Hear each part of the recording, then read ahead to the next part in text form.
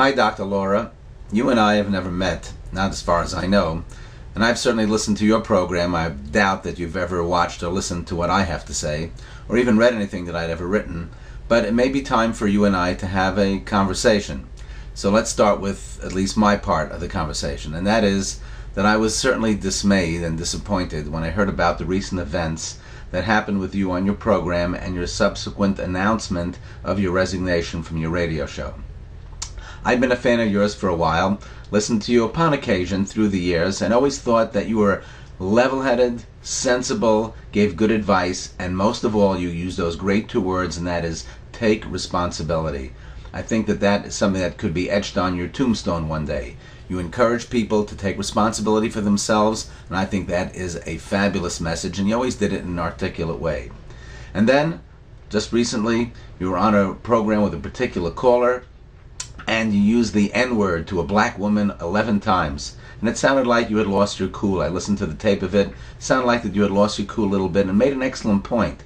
Why is it that the N-word can be used by black comedians and blacks amongst themselves, but as soon as a white person says it somehow he's castigated and ridiculed? Well, I think it's an excellent point that you made. But at the same time, you realized that you had probably gone overboard, made a mistake, and you apologized. And rightly so. An apology, I think, was well done. But then something strange happened.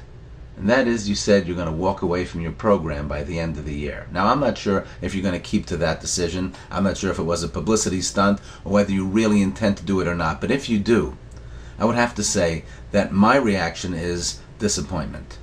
Because what we had always understood from you is that you have to fight for what is right and fight for what you believe in. But in this situation, it sounds like you're saying, if I can't play the game by my rules, well, it's my ball and I'm going home. I don't think that makes sense. And I don't think it's consistent with the messages that you've always given. Now, a number of years ago, I think it was in 1998, you converted to Judaism. And it was heralded as a great triumph and a very exciting moment that you had joined the Jewish faith. But then, several years after that, you said that you had no connection with God and said that you would not be keeping the mitzvot.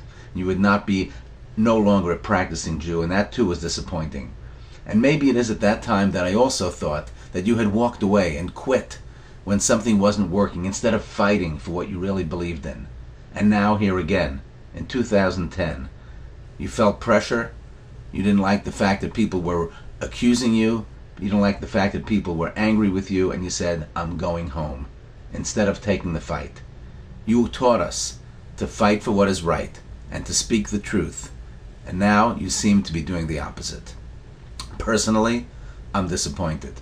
I know that that doesn't matter much to you, but maybe a lot of your viewers, a lot of your listeners, a lot of your readership, and millions of them out there might feel the same way. I'm wondering if they do. I don't think I'm the only one. I want to continue with that same ideal, and that is fight for what is right and take responsibility. I hope you do the same. You've given us something to think about.